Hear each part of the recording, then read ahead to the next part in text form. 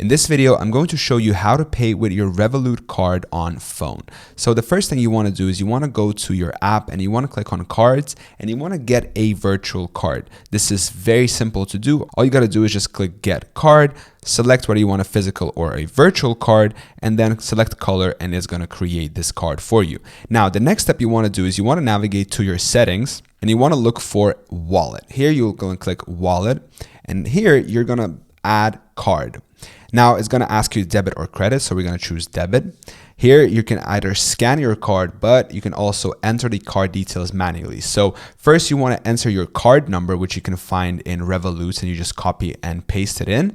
Then it's going to ask you for the expiry date and the CVV. So once you enter those in and click next, you're going to add your Revolut virtual card to your phone. And then simply when you're in the supermarket or wherever you need to pay, you double tap, and you're going to see your virtual card. So yeah, this is how you pay with Revolut on your phone. Hope this was helpful. Thank you for watching. Subscribe.